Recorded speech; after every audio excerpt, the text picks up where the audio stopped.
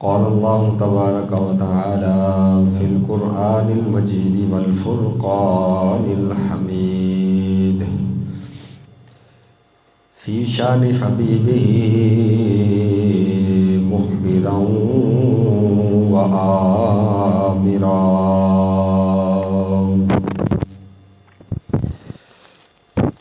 يا أيها الذين آمنوا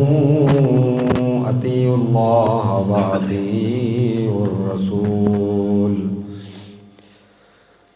وأطيعوا الرسول وأولي الأمر منكم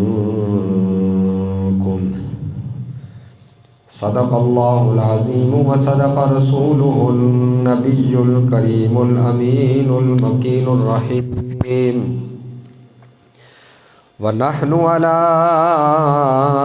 ذلك لمن الشاهدين والشاكرين والحمد لله رب العالمين يا رب بالمصطفى بلغ مقاصدنا واغفر لنا ما مضى يا واسع الكرم مولاي صل وسلم دائما أبدا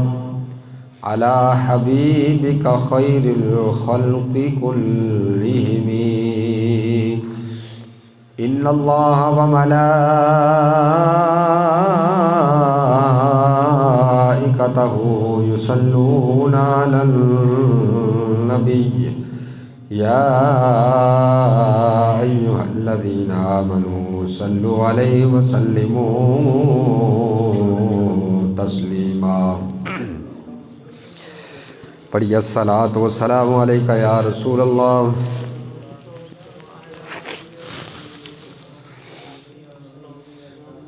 الصلاۃ والسلام علیکہ یا سید المرسلین وعلی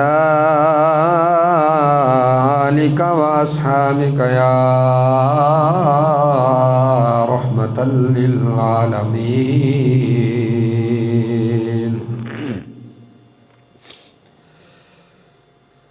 دربار رسالت کی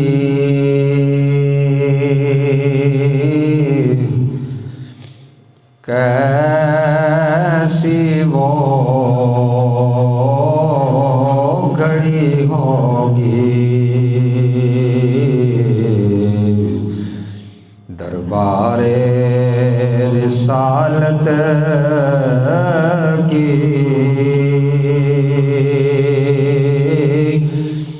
کیسی وہ کھڑی ہوگی دربار رسالت کی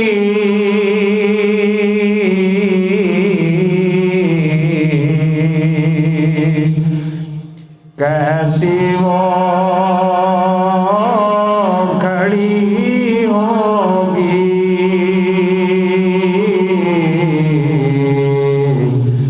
حسان کے ہونٹوں پر جب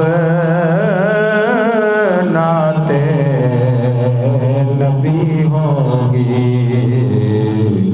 حسان کے ہونٹوں پر جب نعت نبی ہوگی ابوبکر عمر ہوں گے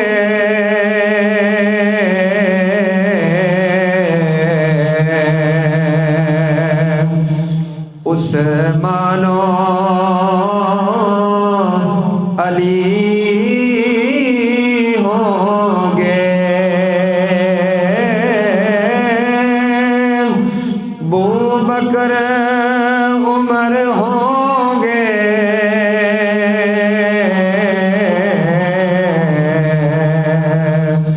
عثمان و علی ہوں گے،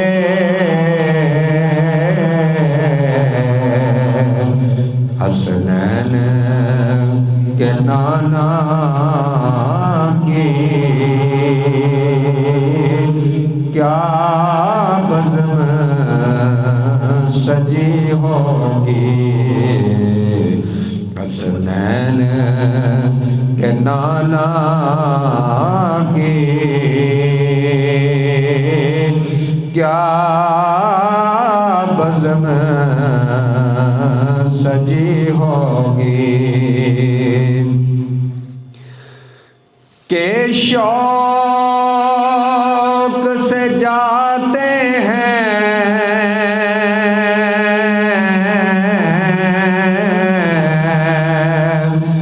عشاق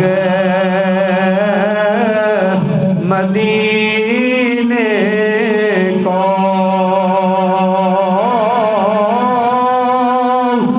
کہ شوق سے جاتے ہیں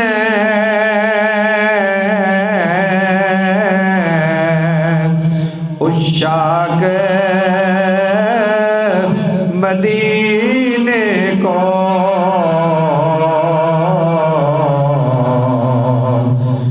شاید حاضری قسمت میں اپنی بھی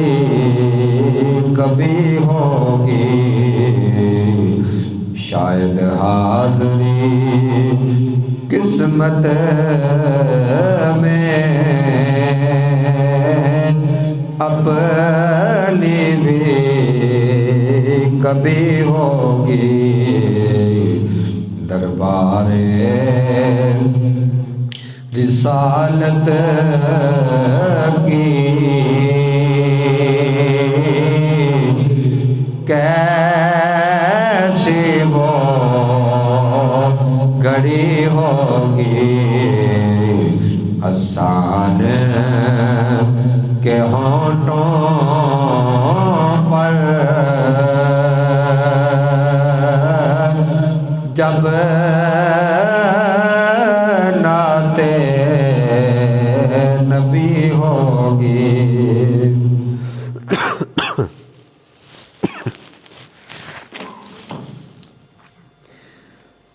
اللہ جل جلالہ و عم نوالہ کی حمد و ثنا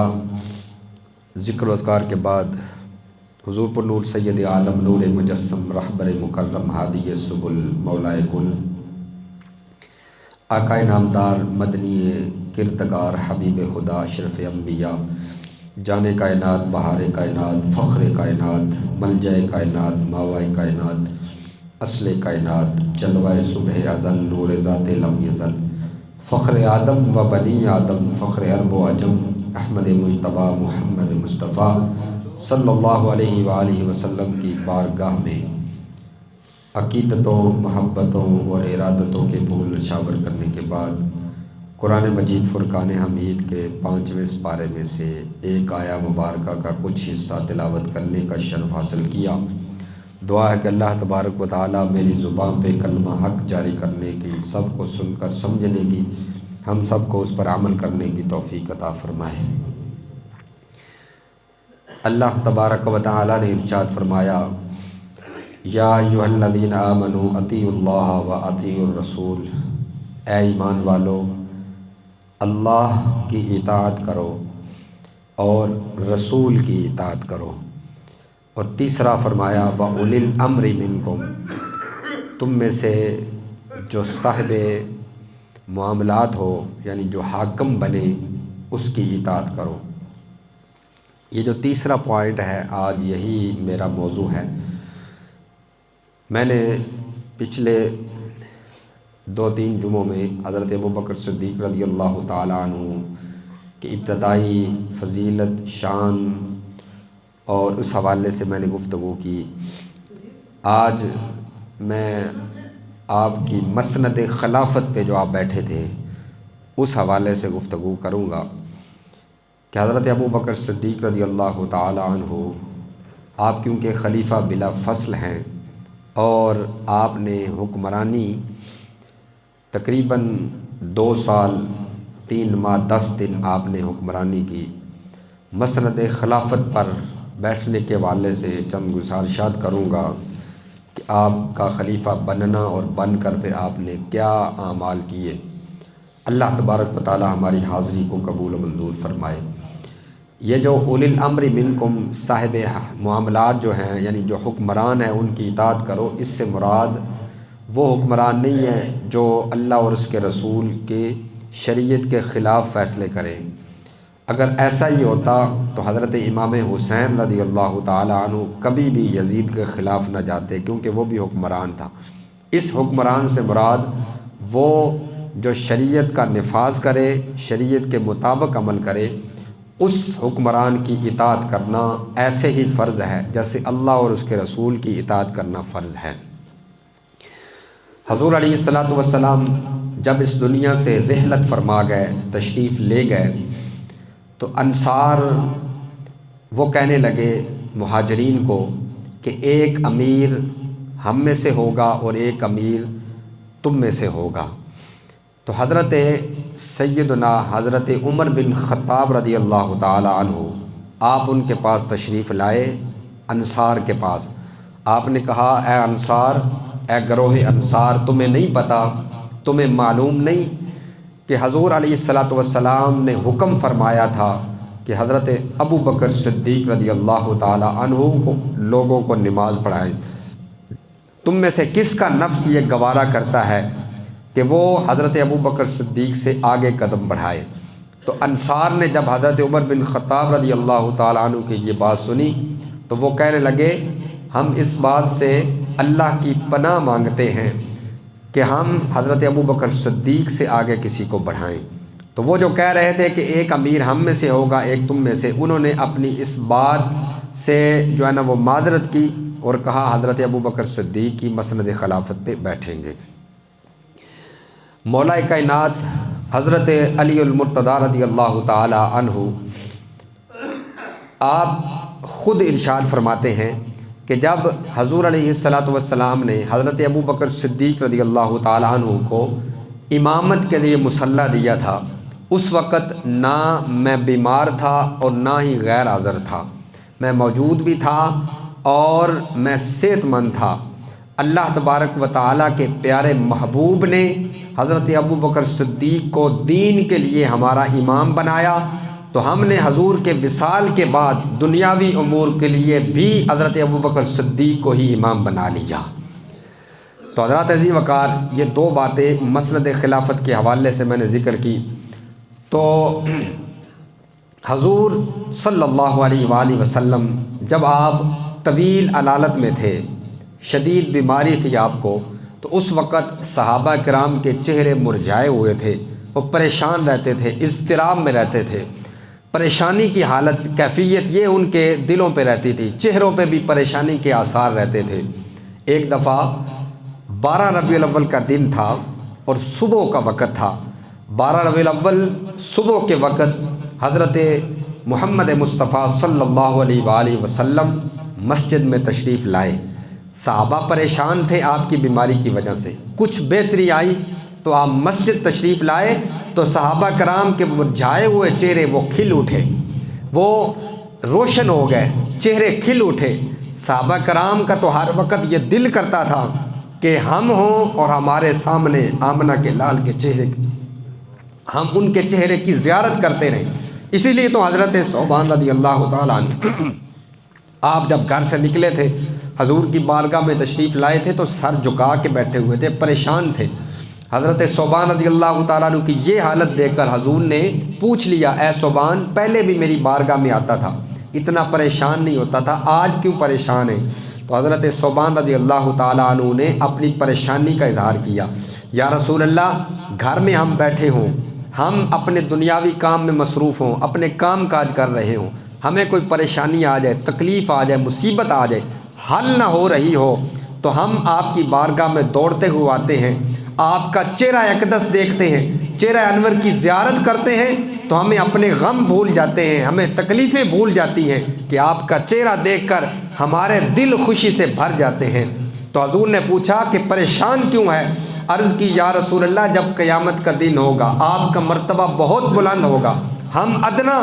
صحابی ادنا غلام ہیں آپ کے، ہمارا مرتبہ بہت کم ہوگا، اس وقت یا رسول اللہ اگر ہمارا دل کرے گا کہ ہم نے آپ کے چہرے کو دیکھنا ہے تو اس وقت نہیں دیکھ سکیں گے۔ حضور نے مسکرا کے فرمایا اے ثوبان المرء مع من احبا، قیامت کے دن ہر شخص اسی کے ساتھ ہوگا جس سے وہ دنیا میں محبت کرتا ہوگا۔ تو یہ صحابہ کا دل مچلتا تھا کہ حضور کا چہرہ ہمارے سامنے ہو۔ کبھی حضور کا چہرہ ادھر ادھر ہوتا تو صحابہ کے چہرے مرجھا جاتے، دل پریشان ہو جاتے اور چہرے پر بھی پریشانی کے آثار نظر آتے۔ تو اس دن جب حضور علیہ الصلوۃ والسلام 12 ربیع الاول کو پیر کے دن مسجد میں تشریف لائے تو صحابہ بہت خوش ہوئے کہ حضور تشریف لائے ہیں۔ اسی خوشی کے عالم میں حضرت ابو بکر صدیق رضی اللہ تعالیٰ عنہ نے جب یہ دیکھا کہ حضور بہتر ہے تو آپ نے اجازت مانگی، یا رسول اللہ مدینے سے باہر ایک مقام ہے جسے سخ کہتے ہیں، ایک جگہ کا نام ہے، یا رسول اللہ وہاں میرے کچھ اہل و عیال رہتے ہیں، میں ان کی خبر گیری کر رہا ہوں، حضور سے اجازت مانگی۔ حضور علیہ الصلوۃ والسلام نے اجازت دے دی، جاؤ ابو بکر تم اہل و عیال کی خبر گیری کرو، ان کا خیال رکھو،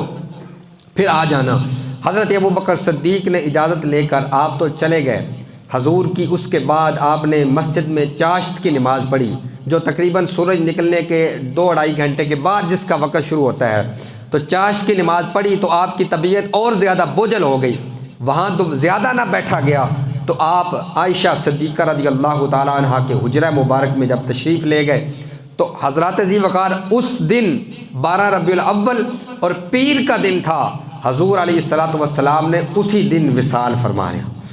آپ کا اس دن جب وصال ہو گیا حضرت سیدنا عائشہ صدیقہ رضی اللہ تعالیٰ عنہ کے حجرہ میں، تو یہ اطلاع جب صحابہ کو ملی تو انہوں نے جب یہ اطلاع سنی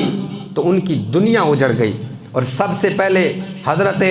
سالم بن عبید رضی اللہ تعالیٰ عنہ وہ دوڑتے ہوئے حضرت ابو بکر صدیق جہاں وہ مقام سخ کے پر گئے تھے وہاں دوڑتے ہوئے گئے اور جا کے ابو بکر صدیق کو اطلاع دی، اے ابو بکر، اے یار غار، اے حضور کے ساتھی، ہر موقع پہ حضور کے ساتھ رہنے والے، آج ہماری دنیا اجڑ گئی ہے، حضور اس دنیا سے تشریف لے گئے ہیں۔ تو حضرات ذی وقار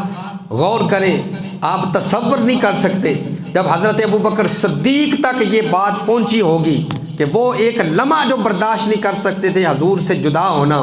جب سالم بن عبید نے حضرت ابو بکر صدیق کو یہ خبر پہنچائی ہوگی تو ان کا کیا ان کے ساتھ گزری ہوگی۔ آپ نے سارے کاموں کو چھوڑا اور چھوڑ کر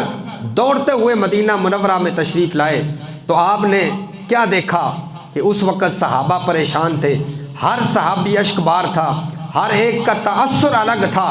ہر ایک کوئی کہہ رہا تھا ہمارے تو مکان کی چھت ہی اڑ گئی ہے، ہر طرف اندھیرا ہی اندھیرا نظر آ رہا ہے، ہماری کوئی پناہ گاہ نہیں ہے۔ کوئی کہہ رہا تھا کہ آج ہم بے یار و مددگار تنہا ہو گئے ہیں، حتیٰ کہ حضرت عمر فاروق رضی اللہ تعالیٰ عنہ کی یہ کیفیت تھی، آپ نے تلوار کو پکڑا اور پکڑ کر مسجد نبوی تشریف لے گئے، وہاں دروازے پہ کھڑے ہو کے قسم اٹھا کے یہ کہتے تھے، اے لوگو،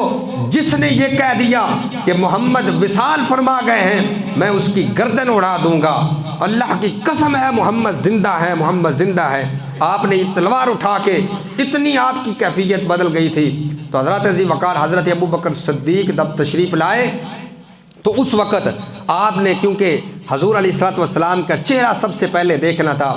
مجمع لگا ہوا تھا، آپ مجمع کے اندر سے گزر کر جب آپ حجرہ عائشہ صدیقہ رضی اللہ تعالی عنہا پہ تشریف لے گئے تو دیکھا کہ حضور علیہ الصلوۃ والسلام وصال فرما چکے ہیں، یمنی چادر آپ کے اوپر اوڑھی ہوئی ہے، آپ نے سب سے پہلے اس چادر کو ہٹایا اور چادر کو ہٹا کے آپ کے رخ انور کو بوسہ دیا، اور بوسہ دے کر آپ حضور کے ساتھ یوں مخاطب ہوئے، یا رسول اللہ میرے ماں باپ آپ پر قربان ہوں، آپ پر 2 موتیں جمع نہیں ہو سکتی، وہ ایک موت جس کے بارے میں اللہ نے فرمایا کل نفس ذائقۃ الموت، ہر شخص نے موت کا ذائقہ چکھنا ہے، اس ایک موت جو آپ کے مقدر میں لکھ دی گئی تھی اللہ نے وہ آپ پر نازل کر دی ہے، اب کبھی آپ پر موت نہیں آئے گی۔ آپ نے یہ جملے ارشاد فرمائے اور جملے ارشاد فرما کے آپ نے حجرہ عائشہ سے قدم باہر رکھا اور باہر رکھ کر پھر آپ مجمع میں آئے۔ مجمع میں آ کر آپ نے حضرت عمر بن خطاب رضی اللہ تعالی عنہ جو زور زور سے چیخ چیخ کے کہہ رہے تھے کہ جس نے کہا محمد وصال فرما گئے ہیں میں اس کی گردن اڑا دوں گا، آپ نے حضرت عمر بن خطاب رضی اللہ تعالیٰ عنہ کی پشت پہ ہاتھ رکھا، اے عمر بیٹھ جاؤ، فابا، حضرت عمر بن خطاب نے انکار کیا۔ دوسری مرتبہ کہا اے عمر بیٹھ جاؤ، پھر انکار کیا۔ جب تیسری مرتبہ جھنجھوڑ کے حضرت ابوبکر صدیق نے کہا اے عمر بیٹھ جاؤ، تو حضرت عمر بن خطاب تیسری مرتبہ سن کر بیٹھ گئے۔ جب آپ بیٹھے تو آپ نے ان کو خطبہ ارشاد فرمایا، جو جہاں کوحرام مچا ہوا تھا، لوگ پریشان تھے، ہر کسی کی کیفیت الگ تھی، تو اس وقت آپ نے خطبہ یہ ارشاد فرمایا، اے لوگو سنو، میری بات ذرا غور سے سنو، جو محمد کی پوجا کرتا تھا تو محمد پر وصال موت آ گئی ہے، وہ اس دنیا سے چلے گئے ہیں۔ جو اللہ کی پوجا کرتا ہے اللہ تبارک و تعالی زندہ ہے، اسے اللہ کو کبھی موت نہیں آئے گی۔ تو آپ نے وہ آیت پڑھی وما محمد الا رسول قد خلت من قبلہ الرسل، محمد اللہ کے رسول ہیں، اس سے پہلے بھی رسول گزر چکے ہیں، یہ ساری آپ نے آیت پڑھی۔ جب یہ سارے الفاظوں کو سنا تو حضرت عمر بن خطاب رضی اللہ تعالی عنہ آپ کی آنکھیں کھل گئیں، حقیقت حال آپ پر ظاہر ہو گئی۔ جب ظاہر ہوئی آپ پر حقیقت حال تو آپ لرزہ پر اندام تھے، جسم آپ کا کانپ رہا تھا، آپ بدن برقرار نہیں رکھ سکے، زمین پر بے ہوش ہو کر گر پڑے۔ حضرت عمر بن خطاب اور حضرت علی المرتضیٰ مولا کائنات کثرت گریہ کی وجہ سے آپ پر مدہوشی کا عالم تھا، اور حضرت عثمان غنی رضی اللہ تعالیٰ عنہ دیوار کے ساتھ ٹیک لگا کے بیٹھے تھے، پریشان تھے، ہر صحابی پریشان تھا، لیکن حضرت سیدنا ابو بکر صدیق رضی اللہ تعالی عنہ آپ نے نہ صرف اپنے آپ کو سنبھالا بلکہ سارے صحابہ کو بھی حوصلہ دیا اور ان کی سوچ میں توازن پیدا کیا۔ یہ کمال اگر کسی کو اللہ تبارک و تعالی نے دیا ہے تو سیدنا حضرت ابو بکر صدیق رضی اللہ تعالیٰ عنہ کو دیا ہے۔ ہر صحابی جہاں پریشان ہے تو آپ نے خطبہ ارشاد فرما کے اپنے آپ کو بھی برقرار رکھا، حوصلہ رکھا، اور اتنا حوصلہ رکھا دوسروں کی سوچ میں بھی آپ نے توازن پیدا کیا۔ تو حضرت ذی وقار یہ معاملات تھے۔ تو اس کے بعد حضور علیہ السلام جب اس دنیا سے آپ نے پردہ فرمایا، اس دنیا سے تشریف لے گئے، تو سب سے بڑا مسئلہ یہ پیدا ہوا کہ حضور کی نیابت میں امت مسلمہ کا کون لیڈر ہوگا، امت مسلمہ کا سربراہ کون ہوگا۔ سب سے پہلے یہ مسئلہ پیدا ہوا۔ ابھی حضور علیہ السلام کی تجہیز و تکفین نہیں کی گئی۔ وہ جو منافق تھے، جو سازشیں کرتے رہتے تھے، ان کو سازش کا موقع مل گیا۔ ادھر منافق سازش کر رہے تھے، ادھر انصار ثقیفہ بنی سعدہ جو ان کا دار المشورہ تھا، وہاں وہ مشورہ کیا کرتے تھے، حضرت انصار وہاں جمع ہو گئے، خلافت کی بحث چھڑ گئی، کون خلیفہ ہوگا، حضور علیہ السلام کی نیابت میں سربراہ کون ہوگا، وہاں بحث چھڑ رہی ہے۔ تو وہاں ایک انصاری صحابی ہیں جو انصار میں نمایاں ممتاز حیثیت رکھتے تھے، جن کا نام سعد بن عبادہ رضی اللہ تعالیٰ عنہ ہے۔ یہ وہ صحابی ہیں کہ کئی جنگوں میں حضور علیہ السلام نے ان کو علم پکڑایا تھا، انصار میں سے وہ اکثر علم ان کے ہاتھ میں ہی ہوتا تھا۔ انصار کا یہ سوچ تھی کہ حضور کے بعد خلیفہ یہ سعد بن عبادہ رضی اللہ تعالیٰ عنہ ہوں، لیکن کچھ ایسے تھے جو یہ مشورہ کر رہے تھے کہ دو خلیفے ہوں، جس طرح کہ میں نے پہلے بتایا کہ ایک امیر انصار میں سے ہو اور ایک مہاجرین میں سے ہو، لیکن یہ تو نہیں ہو سکتا کہ سربراہ دو ہوں۔ اگر دو سربراہ ہوں تو کبھی بھی سلطنت قائم نہیں رہ سکتی، سلطنت تہس نہس ہو جاتی ہے، خلیفہ تو ایک ہی ہونا چاہیے۔ لیکن یہ مشکل تھا کہ خلیفہ انصار میں سے ہو یا مہاجرین میں سے ہو۔ اب یہ بحث وہاں چھڑی، ادھر حضرت سیدنا ابو بکر صدیق رضی اللہ تعالیٰ عنہ جب آپ کو یہ اطلاع پہنچی کہ ثقیفہ بنی سعدہ میں یہ بحث چھڑی ہوئی ہے خلافت کی، تو آپ وہاں سے چلے۔ آپ نے حضرت عمر بن خطاب رضی اللہ تعالیٰ عنہ کا ہاتھ پکڑا اور حضرت ابو عبیدہ بن جراح رضی اللہ تعالیٰ عنہ کا ہاتھ پکڑا اور کہا آؤ وہاں ثقیفہ بنی سعدہ میں چلتے ہیں۔ ان دونوں شخصیات کو لے کر آپ وہاں پہنچے۔ تو جب آپ وہاں پہنچے تو آپ نے دیکھا کہ اس معاملات میں لوگ بحث چھڑی ہوئی ہے، ادھر حضور علیہ الصلوۃ والسلام کا جسم عطر پڑا ہے، ادھر وہ خلافت کی بحث کر رہے ہیں۔ تو آپ نے وہاں جا کر ان لوگوں سے آپ نے کیا مخاطب ہو کر کیا کلمات ارشاد فرمائے؟ حضرت ذی وقار حضرت سیدنا ابو بکر صدیق رضی اللہ تعالیٰ عنہ آپ جدو سقیفہ بنی سعدہ دے اندر ان انصار دے درمیان تشریف لے کے آئے، آپ نے انہوں نے مخاطب کرن دا ارادہ کیتا۔ پہلے حضرت عمر بن خطاب رضی اللہ تعالیٰ عنہ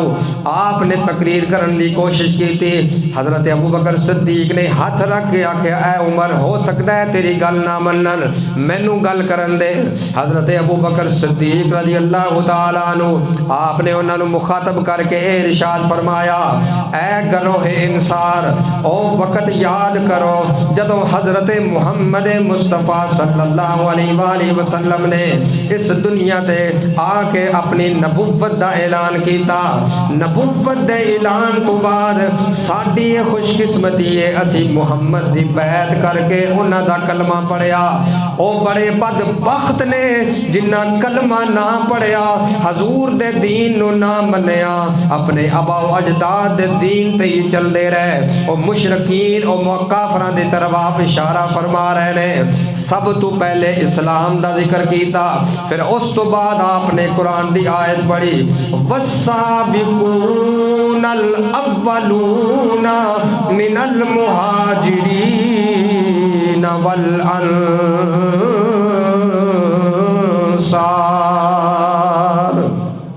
اے آیت پڑھن دا اے مقصد ہے، آپ نے آکھیا اے گروہ انصار ذرا غور تے کرو، اج تسی خلافت دی بیعت چھڑی ہے، تانوں نہیں پتا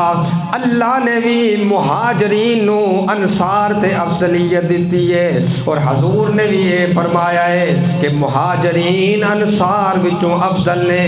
بے شک تواڈی بڑی فضیلت ہے، لیکن تواڈے تو زیادہ مہاجرین دی بڑی فضیلت ہے۔ آپ نے جدو دونوں دی فضیلت دا موازنہ کر کے آکھیا، آپ نے لوگاں نو مخاطب کیتا اے گروہ انصار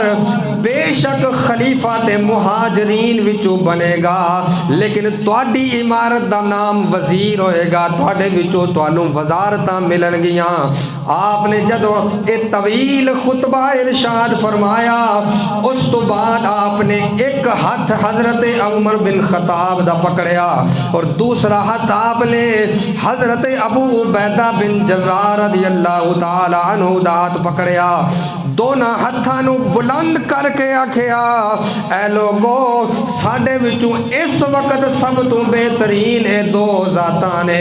انہاں وچوں جنوں چاہو تسی خلیفہ منتخب کر لو۔ لیکن جدو آپ نے ایک گل کی تھی، حضرت عمر بن خطاب نو حضور دیاں بڑیاں حدیثاں یاد آ گئیاں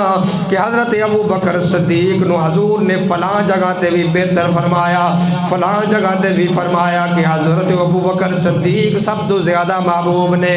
حضرت عمر بن خطاب نے ہاتھ بن کے عرض کی تھی اے ابو بکر اج اگر اسی خلیفہ مننا گے، اج اسی اپنا امیر مننا گے، کسی اور ذات نو نہیں مننا گے، صرف تواڈی ذات اج عمارت دا عہدہ سنبھالے گی۔ حضرت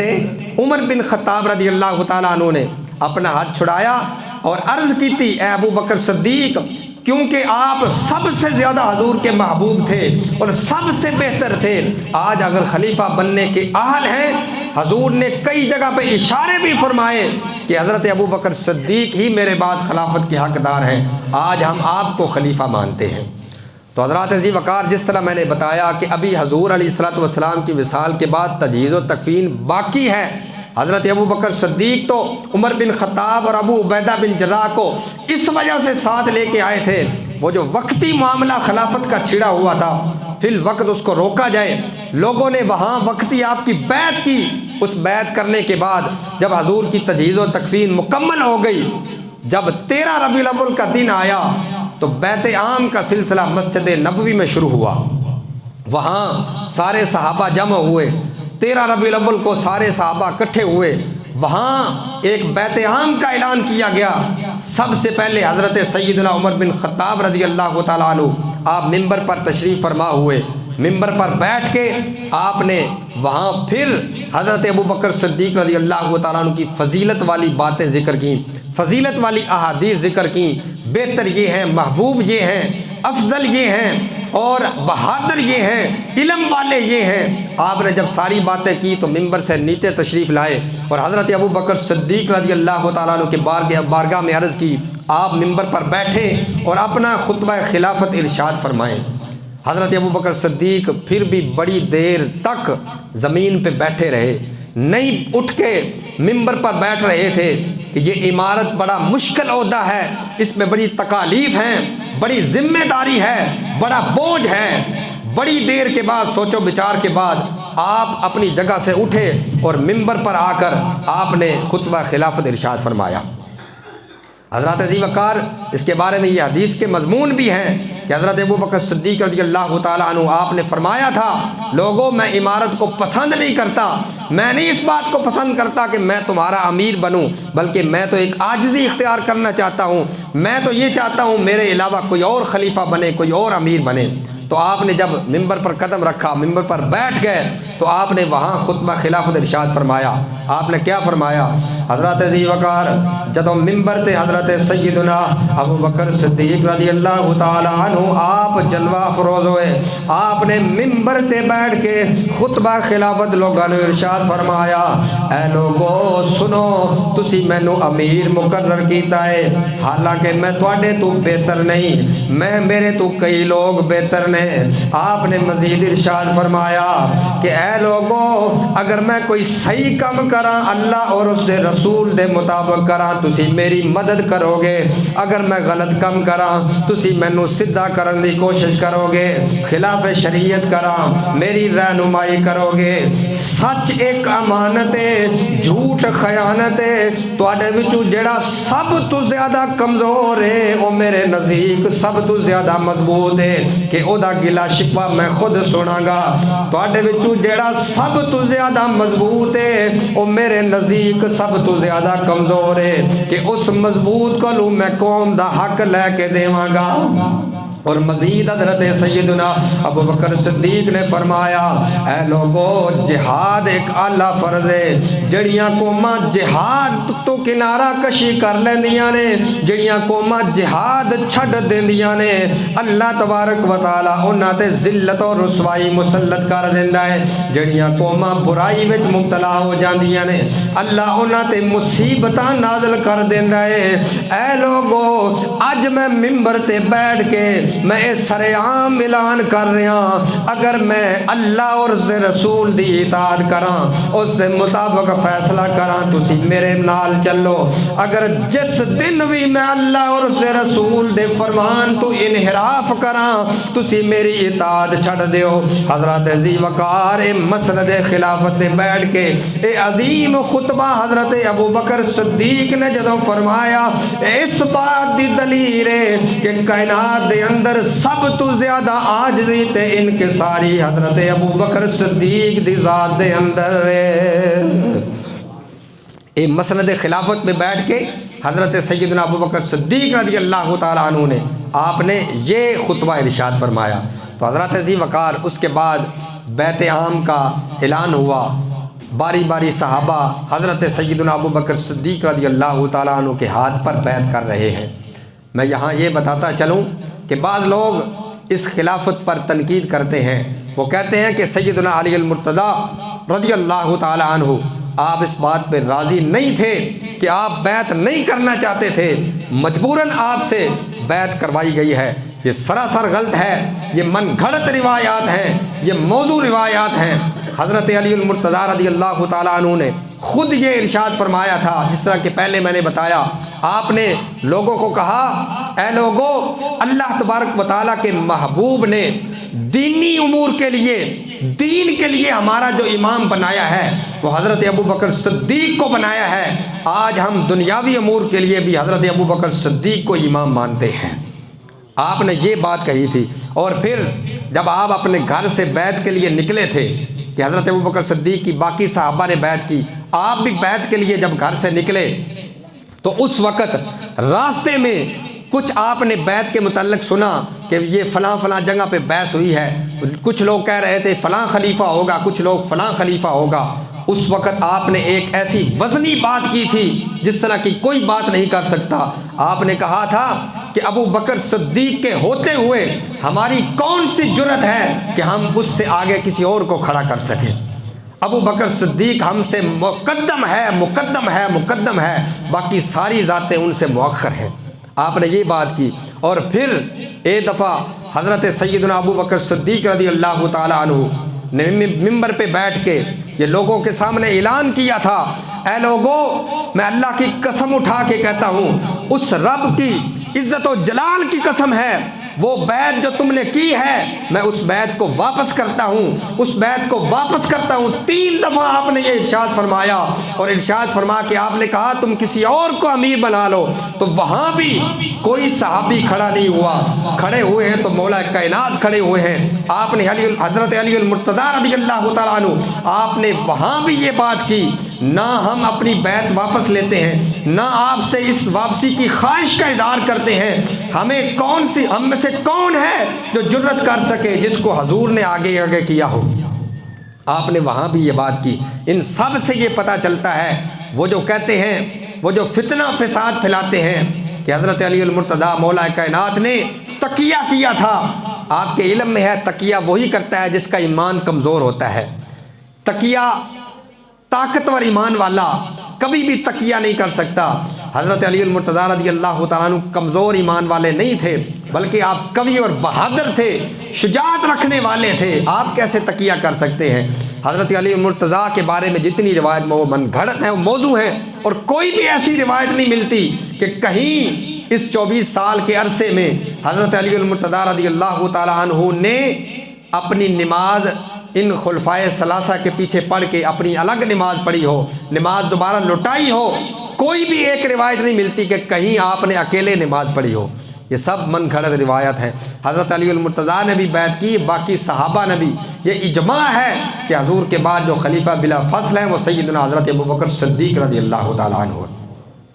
تو حضرت ابو بکر صدیق رضی اللہ تعالیٰ عنہ مسند خلافت پہ بیٹھے۔ آپ نے